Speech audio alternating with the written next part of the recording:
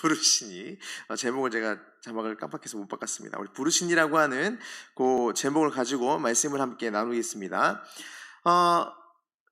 얼마 전부터 제가 보고 있는 한 그 다큐멘터리, 아니 뭐 넷플릭스를 제가 좀 보는데, 이게 넷플릭스 보란 말은 아니고요, 넷플릭스 보고 있는데, 제가 이제 막 영화나 이런 것도 참 좋아하긴 하거든요. 근데 그것보다는 뭐 이렇게 다큐멘터리 이런 걸 좀 좋아해요. 제가 좋아하는데, 그리고 또 이렇게 뭐 사람들끼리 뭐 프로젝트를 하는 그런 내용들을 되게 좋아합니다. 근데 거기서 별로 인기는 없는데 러스트밸리 브라더스라고 하는 그 프로그램이 있어요. 뭐 시즌 3까지 나왔는데 꽤 많이 나왔거든요. 근데 그거를 제가 이제 며칠 이렇게 묵혔다가 거의 다 봤어요. 다 봤는데, 내용인즉슨 뭐냐면, 아주 오래된 옛날 차들, 올드카들, 그 올드카들을 그 몇십 년 동안 그냥 고물상에 묵혀놓고 그 사람이 주인공이 한 400대 정도를 이렇게 묵혀놨나 봐요. 그 묵혀놨던 것들을 사람들이 올드카를 타고 싶어 하면 그걸 고쳐서 사람들에게 새 것처럼 만들어서 이렇게 보내주는 겁니다. 그래서 고물처럼 돼 있던 차들을 고치는 그 프로그램 하나와, 또 프로젝트가 뭐가 있냐면, 각자 가지고 있던 올드카들, 그 미국 사람들은 집에 좀 있나 봐요. 그런 게 추억을 담고 있는 차들 잘 못 버린대요. 그래서 그분들이 집에 창고에 이렇게 보관하고 있던 옛날 차들, 뭐 자기의 추억에 담겨 있는 차들도 가지고 와서 수리해달라고 하면 그 차를 이렇게 수리하는 그런 프로그램 내용입니다. 저는 그게 정말 재밌더라고요. 근데 그 내용을 보면 이래요. 어떤 차든 뭐 고물상에서 수십 년을, 그냥 뭐 십수년을 거기서 녹이 잔뜩 쓴 채로 있던 차들이나, 아니면 개인의 차고에 있던 차들이나, 이걸 가지고 와서 고쳐달라고 하면 그 이제 사장이 있을 거잖아요. 근데 그 사장이 이 차를 고치기 위해서 이제 직원들을 뽑습니다. 직원들을 뽑아서 같이 고치게 되는데, 각자 전문가들이 이걸 고치는 거죠. 도색을 잘하는 사람, 녹제거를 하는 사람, 또 이렇게 완전히 철이 부식이 됐는데 다시 잘라내고 새로운 걸 붙이는 사람, 각각 전문가들을 다 불러서 그 전문가들을 통해서 이 차를 완전히 새 것처럼 만들어서 누군가에게 판다거나 뭐 원하는 의뢰인들한테 돌려주는 역할을 합니다. 그리고 자기들이 이제 데리고 있는 직원들한테 그런 재능이 없으면 뭐 다른 공장에 가서 서로 협력도 하면서 필요한 그 인재를 불러다가 그 차를 고쳐서 서로 이제 고치는, 복원하는 일을 계속하는 내용입니다. 자, 제가 이 말씀의 도입을 왜 드리냐면요, 이 사장이라고 하는 사람은 이제 러스트밸리 브라더스라고 하는 그 이제 복원 회사의 사장은 그 각자 필요한 일을 위해서 사람들을 부르고 그의 재능에 합당한 사람들을 불러다가 자기들이 원하는 프로젝트를 이루려고 해요. 그죠? 이거는 지금 우리가 세상에서 본다면 당연한 얘기입니다. 당연한 얘기예요. 그런데 지금 오늘 말씀을 보시면 예수님께서 제자 4명을 부르는 그런 장면이 나옵니다. 자, 제자 4명은 우리가 제자로 알고 있으니까 제자 4명이죠. 엄밀히 말하면 어부 4명을 불러요. 예수님께서 어부 4명을 부르시는 이유가 무엇일까요? 라고 한번 생각해 보시면, 정말 단순하게 그냥 어부 4명을 불렀으면 물고기 잡을 일이 있나 보다 라고 생각하면 되잖아요. 그런데 희한하게 예수님께서는 이 물고기를 잡기 위해서 이 어부 4명을 부른 게 아니었습니다. 이 어부 4명을 불렀던 이유는, 이거는 또 듣다 보면 이게 말장난 같기도 한데, 이게 우리는 듣다 보니까 이게 경건한 말이거든요. 물고기를 잡는 게 아니라 사람 낚는 어부를 만든다 그랬는데, 이게 말장난으로 보면 되게 기분 나쁜 얘기예요. 근데 이 얘기를 예수님께서 하시면서 어부 4명이 예수님을 따라오는 일이 벌어져요. 자, 그렇다면 예수님은 이 어부 4명이 왜 필요했을까요? 이 인부 4명이 왜 필요했을까요? 라고 생각해 보면, 아까 말씀드렸듯이 고기를 잡으면 된다 이거예요. 그런데 실제로 예수님께서는 지금 고기 잡는 게 목적이 아닙니다. 우리 4장 오늘 읽었던 18절 말고 17절 말씀을 보시면 이렇게 되어 있습니다.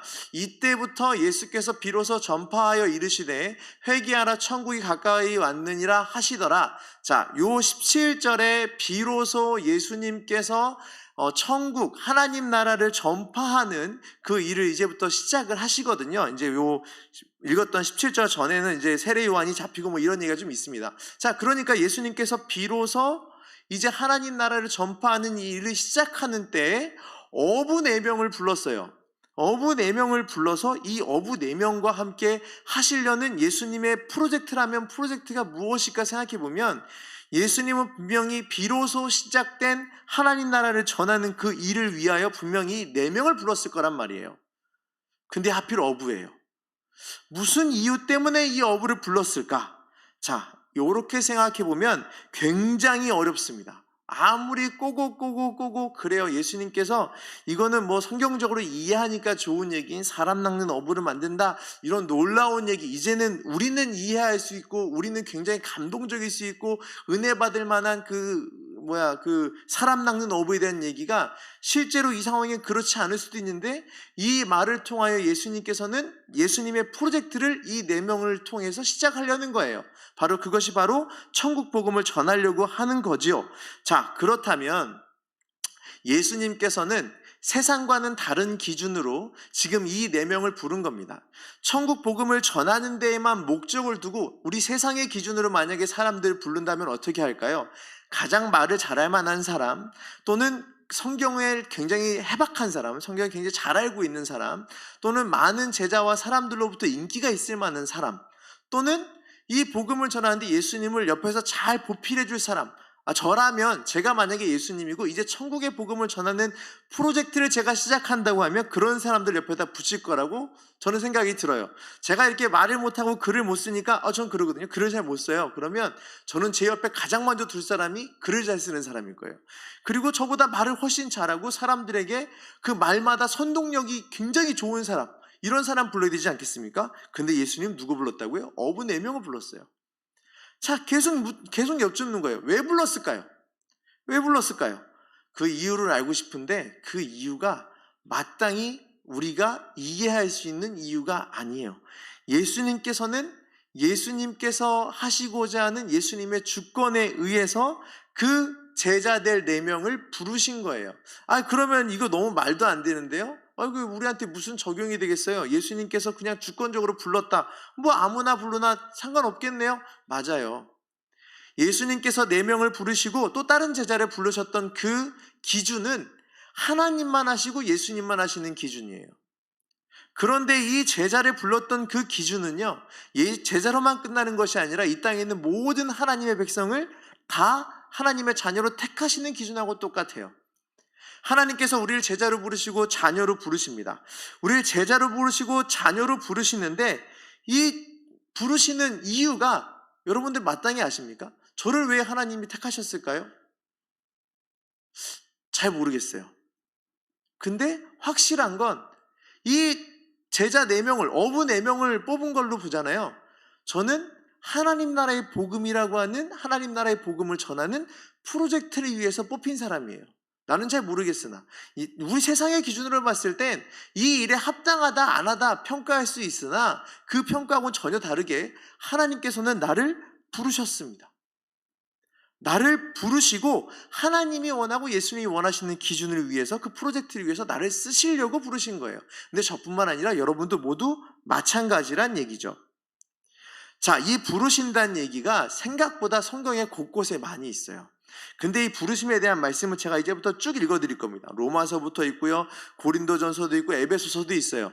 이게 사복음서에서 부르신다는 얘기를 보면 지금처럼 누구를 부르고 누구를 오라 하고 이런 부분으로 많이 쓰였는데, 이제 바울이 썼던 편지라든지 또는 여기 교리에 관한 얘기하는 내용들을 보면, 여러 서신들을 보면 여기서 부르신다고 하는 내용들의 많은 부분이 하나님의 주권적인, 또 예수님의 그 주권으로 그 하나님의 필요에 의해서 예수님께서 쓰시기 위해서 부르신다라고 하는 그 내용으로 많이 쓰이는 걸 볼 수가 있습니다. 자, 우리 로마서에 있는 말씀 보실까요? 로마서에 있는 말씀 보시면 그 자식들이, 이거 성경에 있는 자식들이에요. 제가 그냥 잘못 쓴 거 아닙니다. 자식들이 아직 나지도 아니하고 무슨 선이나 악을 행하지 아니한 때에 택하심을 따라 되는 하나님의 뜻이 행위로 말미암지 않고 오직 부르시는 이로 말미암아 서게 하려 하사, 택하시고 부르시는 건 하나님께서 하시는 일이다. 요 내용이 쉽게 얘기하면, 자, 그 다음 내용 보실까요? 고린도전서에 있는 말씀 보시면 7장 20절하고 24절의 말씀 보시잖아요.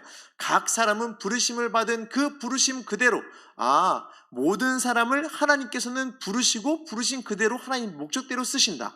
형제들아, 너희는 각각의 부르심 받은 그대로 하나님과 함께 거하라. 이건 부르신 그대로 하나님께서 부르시는 것이지 내가 어떤 기준을 갖추고 어떤 조건을 갖췄기 때문에 하나님 날 부르셨다는 얘기가 담겨있지 않은 얘기들이에요.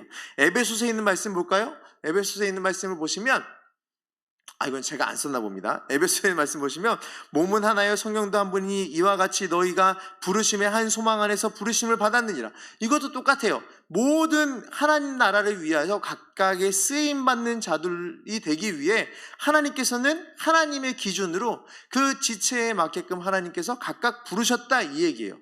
자, 어부 4명을 뽑은 이유도 하나님만 하시고 하나님의 주권으로 뽑으신 거고 예수님의 그 프로젝트를 위해서 뽑으신 거예요.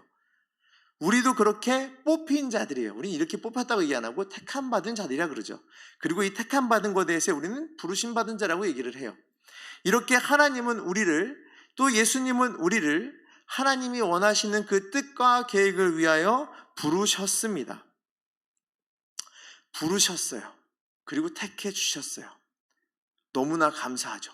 자격도 되지 않은데, 자격을 갖추지도 않았는데 세상의 이치대로 정말 필요한 대로 쓴다면 저는 예수님한테 진짜 필요한 사람일까 이런 생각이 들기도 하지만 그 자동차를 고쳤던 사장처럼 필요에 의해서 사람들을 막 데려다 쓰는 거, 이런 것과는 다르게 예수님께서는 세상의 이치와 세상의 가치가 아닌 하나님의 기준과 하나님의 주권으로 우리를 택하셨어요.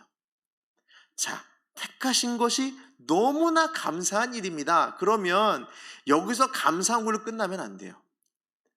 우리를 부르시다, 우리를 부르시니 그 다음에 이어져야 될 행동이 우리에게 지금 필요한 겁니다. 그 다음에 필요한 이유는 바로 그에 합당한 행동이 우리에게 이어져 나가야 되는데, 부르신 자들은 이제 이렇게 행동을 해야 된다라고 아주 명확한 답이 이 말씀 속에 써 있습니다. 오늘 말씀을 보시면 제자들을 부르셨을 때 제자라고 나중 가서 제자가 됐지만 요 제자들 4명을 불렀을 때 부른 자들이 어떻게 행동을 했습니까? 자기가 하던 일을 버리고 예수님을 따랐습니다. 그럼 여기까지만 이해해보죠. 우리가 왜 택함 받은지 모르겠으나 어떤 자격과 조건을 갖춘지 나는 스스로 알 수 없고 세상 사람들이 나를 그게 맞다 안 맞다 평가하는 거 다 필요 없어요. 그냥 하나님께서 나를 택하고 불러주셨으니 나는 거기에 합당하게 무슨 일을 하면 됩니까? 버리고 따르면 되는 거예요. 자, 근데 여러분 여기서 버린다라고 하는 뜻은요, 생각보다 이게 우리가 그냥 이렇게 쓸모없어서 버린다 이게 아니에요. 이게 아니라 자기가 가지고 있던 걸 자기로부터 멀찍이 놓다는 뜻이에요. 이 말 뜻이 자기가 가지고 있는 것, 또 자기가 소유하고 있는 것, 자기가 속해 있는 것으로부터 멀리 떨어지고 그것을 멀리 둔다는 뜻이에요. 자, 여기서 이 제자들이 버리고 갔던 건 자기의 생계를 버리고 가고 자기의 가족들을 버리고 갔어요. 이것도 말씀 보면 옛날에 이거 굉장히 좀 오해하고 막 이랬어요. 막 예수 믿어야 되니까 예수 믿으면 식구도 다 버리고 예수 믿느라고 가족과도 인연을 끊고 막 이거 얘기 아니에요. 이게 극단적으로 그런 얘기가 아닙니다. 버렸다라고 하는 그 말은 내가 소유하고 있었고 내가 의지하고 있던 것을 멀리 뒀다라고 하는 얘기는 이렇게 생각하시는 게 훨씬 좋아요. 믿음에 관련돼서 얘기하는 것 중 하나로 보시면 좋은데, 내가 버릴 수 있는 이유를 찾는 겁니다. 버릴 수 있는 이유, 이걸 놓을 수 있는 이유, 나로부터 멀리 놓을 수 있는 이유, 나의 생계도 멀리 놓을 수 있고 나의 꿈도 멀리 놓을 수 있고 나의 하고 있는 모든 일을 멀리 놓을 수 있는 이유를 찾는 것인데, 그건 믿음에서 먼저 찾아야 되는 거예요. 자, 이 제자들이 자기의 것을 버리고 갈 수 있었던 이유는 예수님을 향한 이런 믿음이 있었기 때문이에요. 무엇일까요? 내가 세상에 아는 방법으로 나의 삶을 이어가고 생존과 생계를 이어가려고 하는 것, 그래, 내가 예수님을 통해서 이거에 얽매이지 않고 예수님이 원하는 뜻을 이루면 예수님께서 이 모든 걸 책임져 주실 거야 라고 하는 믿음이 있었을 겁니다. 또 하나는 내가 얻는 거에 목적을 두고 살았던 그 삶이 아니라 이제는 하나님 나라를 위해서 버려도 된다는 걸 깨달게 된 거예요. 이 제자들에게 이 후자의 말이 더 이해하기 좋다고 보는데요. 우리가 예수 믿으면 거의 그래요. 예수 믿고 하나님 믿고 교회 열심히 다니고 신앙생활 열심히 하면요, 여러분들 버리는 연습을 하십니까? 얻으려는 연습을 하십니까? 여러분 예수 잘 믿고 버리시는 거 잘하시면 참 다행이에요. 예수 믿고 또 하나님 잘 믿고 성도의 삶을 잘 살려고 하면 우리가 원하는 건 버리는 데에 삶의 목적을 두지 않아요. 저는 동조가 좀 될 거라고 생각이 들어요. 내가 예수 잘 믿어서 더 얻고, 예수 잘 믿어서 없던 것도 생기고, 있던 걸 지키고, 예수를 믿고 신앙생활을 잘하면 버려야 될 상황을 갖는 게 아니라 내가 의지하고 의존하고 모든 것을 다 매달려 살았던 세상의 이치와 가치들과 그들이 말하는 주장하는 모든 것들을 다 내가 버리고 예수님께 가는 게 아니라 이상하게 이것도 갖고 요것도 가질 수 있을 거라는 이상한 착각을 하면서 예수를 믿어요. 제자들은 버렸다. 이거 뭐 식구 다 버리고 뭐 이거 야 제자들은 대단해. 근데 우리도 똑같이 부르심 받은 자리니까요. 그럼 우리에게 하나님 원하시는 게 뭘까요? 믿음으로 하나님이 책임져 주시기 때문에 더 얻으려고 하는 그런 욕심되는 삶이 아니라 하나님을 위해서, 하나님 나라를 위해서, 복음을 전하는 그 일을 위해서 버릴 수 있는 믿음의 삶을 살아야 된다는 게 오늘 이 제자들 통해서 볼 수 있는 겁니다. 예수를 믿으면, 하나님을 믿으면 얻는 게 아니고 버릴 수 있어야 돼요. 신앙생활을 하면 할수록 더 얻어지는 게 아니라 더 나누고 내 곁에서 사라지는 거예요. 이렇게 말하면 너무 극단적이긴 한데 좀 이런 게 있습니다. 열심히 믿어주면 준다고 하는 것들은 거의 우상이고 미신이고 잡신들이에요. 왜 우리는 신앙을 가지고 부르신 자로 나의 아무 조건도 보지 않고 나를 택하신 그 하나님의 놀라운 사랑과 은혜에 더 무언가 받으려고 하는 아주 그 잡신에 섬기려는 그런 마음으로 하나님께 나아가고 예배를 드리려고 하는지, 우리를 부르신 그 예수님의 그 목적, 하나님의 그 절대 주권적인 목적을 우리가 알고 깨달음으로 우리는 우리에게 필요 없는 것들, 믿음으로 필요 없다 생각하는 것들을 버릴 수 있는 성도의 삶을 살아야 될 겁니다. 그게 바로 제자된 또는 자녀된 성도된 삶이니까요. 자, 그 다음은 버리는 거 다음에 무엇 했죠? 따랐습니다. 자, 이 따르는 것도 쉽지 않아요. 따르는 것가 왜 쉽지 않냐면 요것도 나중 가서나 좀 보는 말씀이니까 이 말씀에 은혜 받고 막 그래 이래야지라고 하는데 이 제자들이 이런 거 보면 참 대단하기는 해요. 자, 따른다고 하는 것 우리 다 아는 말씀 한번 볼까요? 마가복음 8장 34절 말씀 보시면 무리와 제자들이 불러 이르시되 누구든지 나를 따라오려거든 자기를 부인하고 자기 십자가를 지고 나를 따를 것이니라. 이거 너무나 잘 아는 말씀이시죠? 요 말씀 너무나 잘 알아요. 그리고 요거 찬양으로도 많이 불렀어요. 따른다라고 하는 것 자체는 하나님과 함께하고 예수님과 동행한다는 뜻이거든요. 예수님이 무엇 하든 그 곁에서 함께한다는 뜻이에요. 근데 예수님께서 뭐라 하셨냐면 따르려거든 십자가를 져야 된다라고 말해요. 제자들은 이 삶이 어떤 건지 몰라서 따라갔을 수 있다고 쳐요. 근데 우리는 이제 이 말씀 다 봤어요. 아, 예수님이 나를 부르셨네. 하나님 나를 부르시고 택하셨네. 하나님의 제자네. 버리라고 하시네. 그래, 헌금. 내 소유라 생각하지만 감사하는 마음으로 헌금하자. 그래, 하는 게 맞으니까. 시간도 하나님께 드리고 내 모든 것 헌신하고 다 하자. 근데 십자가까지 져야 돼요. 제자로서의 삶을 사는 것, 우리가 부르심 받은 자로 산다는 것, 택함 받은 자로 산다는 것, 그 은혜의 기쁨에서 막 허우적대서 그냥 나는 천국은 따놓은 내 당상이니까 천국은 내 거야 이렇게 그냥 기쁨으로 사는 게 아니라 그 자체의 삶 가운데 정말 우리가 하기 싫은 것들이 그렇게 많아요. 버리고 십자가의 길로 따라다니는 것. 여러분 고난의 길을 원하고 계십니까? 버리는 것도 쉽지 않은데, 세상의 가치도 포기하는 거 쉽지 않은데, 이게 예수님을 따르고 십자가를 지는 게 쉬울까요? 어렵죠. 근데 여러분, 답이 없어요.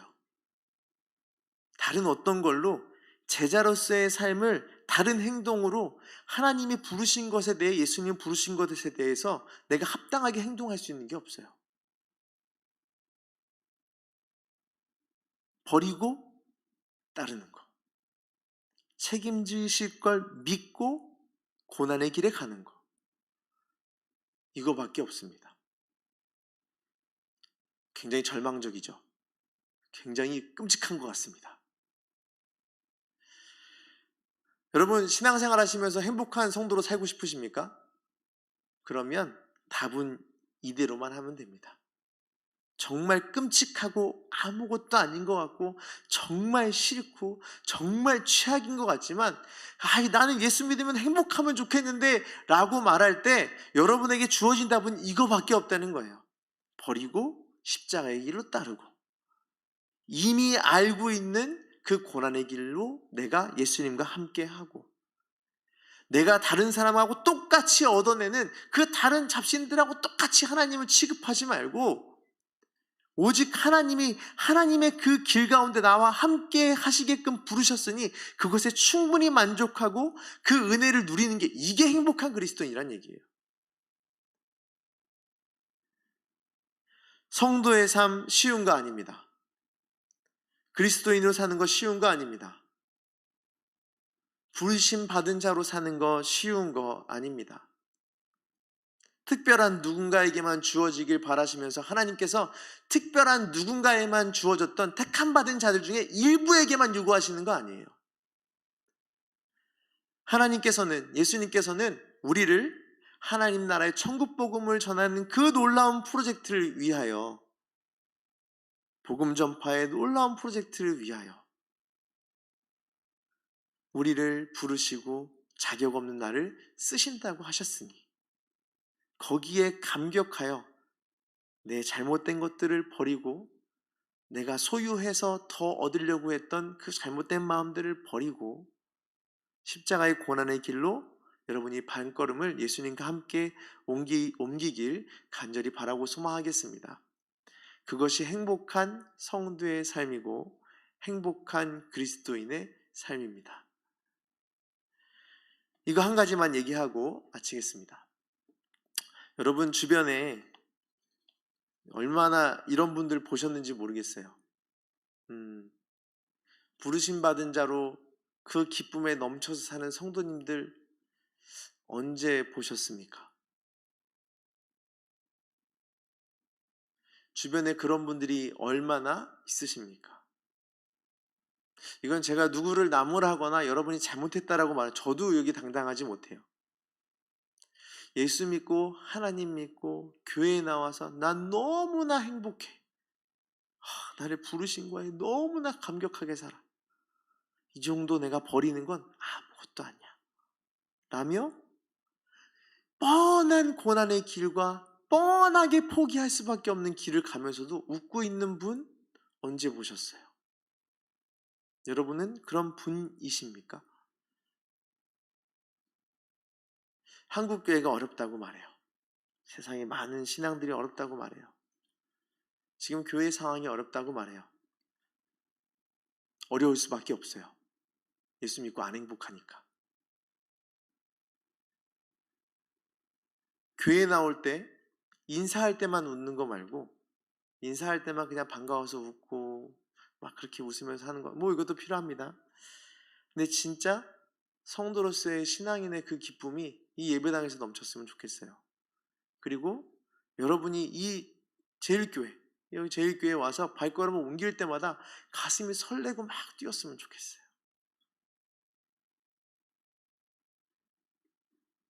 그 신앙생활이 우리에게 지금 필요할 때입니다.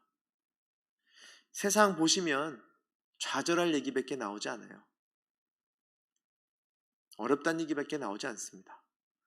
뭐 이제 뉴스를 보더라도 뭐 긍정적인 얘기는 거의 없어요. 뭐 아주 긍정적인 그 예측을 하는 것도 없습니다. 그럼 우리도 같이 우울해져야 될까요? 아닙니다. 세상이 다 우울하다고 하니까 우리에겐 가장 큰 기회인 것 같아요. 이때 그리스도인이 빛이 나면 얼마나 좋겠어요. 지금 이때 성도의 행복이 막 드러나면 얼마나 좋겠습니까? 예전 교회가 부흥할 때 별말하지 않았어요. 우리 교회 나오세요. 우리 교회 말씀이 너무 좋아요. 우리 교회 나오세요. 우리 교회 오면 너무 행복해요. 우리 교회 나오시면 너무나 즐거워요. 이제 이런 말 하시나요? 옛날에 교회가 부흥했던 거요. 막 이렇게 복된 얘기 막 이렇게 막 부정적으로 볼 수도 있거든요. 근데 생각해 보면 성도님들이 행복해했어요. 너무 별 자랑할 것도 없어요. 말씀이 너무 좋아요. 여러분 어디 가셔갖고 유광희 목사님 설교하시는 거 되게 좋아요. 좋은데 막 가갖고 막 너무 좋아요. 막 이렇게 막 하시는 분들 계십니까? 우리 교회 나오면 막 여기 교회 막 발걸음만 옮기면요 막 가슴이 쿵쾅거리고 너무나 행복해요. 라고 자랑하시는 분 있으시냐고요. 왜 우린 다 같이 부름받은 자이고 택함받은 자인데 버리고 따르는 기쁨을 지금 누리지 못하고 있을까? 그렇기에 성장할 수 없고 다시 한번 하나님만 바라봐야 될 이 정말 침울한 이 한국교회의 이 상황, 우리 좋은 기회로 삼았으면 좋겠습니다. 우리는 낡은 차를 바꿀 만큼의 그런 아주 사소한 변화, 하나님이 나를 택하셨다라고 하는 건 정말 큰 변화고 큰 가치를 가지고 있는 거잖아요. 여러분들 때문에, 여러분들로 인하여 또 함께하는 모든 성도님들의 그 성도로서의 행복감이 누려지고 그 은혜가 누려져서 어디 가나 풍기는 모든 향내가 천국 복음이 되고 하나님 나라의 복음이 되고, 그리고 내가 하는 말 모두가 천국의 기쁨이 되고 성도의 행복이 됐으면 좋겠습니다. 그래서 여기 제일교회 저도 오고 막 올 때마다 오늘은 예배가 언제 끝나나, 오늘은 예배가 언제 끝나나, 이런 말 말고 여기 왔는데 제 충격적인 얘기 참 많이 들었어요. 여기 다 입고 갔는데 예배 너무 길다고 막이 대빨 나와가지고 애들 막 지금 영상 예배 틀어줬더니 전화해가지고 잘 있었니 물어봤더니 예배 40분 보느라고 힘들었어요. 막 이런 얘기 말고 성도로서 제일교회에서 하는 모든 예배와 함께 예배드리는 모든 일과 함께 천국을 드러내고 천국 복음의 프로젝트에 불림받은 자로서의 버리고 따르는 기쁨이 넘쳐나는 교회가 되기를 간절히 바라고 소망하겠습니다. 그것이 곧 제일교회에 준 소망이지 않겠습니까? 여러분들에게 주어진 소망이지 않겠습니까? 자, 여러분 오늘 49주년이었나요? 네, 생일 파티 했잖아요. 생일 파티 했는데 와, 생일 파티 많이 하면 좋은 건가요? 생일 파티 많이 하면 나이 먹는다는 얘기예요. 뭐 좋아하시는 거 그게 나이 먹으면 이렇게 딱히 좋은 거 아닙니다. 그거 하지 마시고 생일 파티를 했으면 내가 태어난 그 날을 기념하는 거잖아요.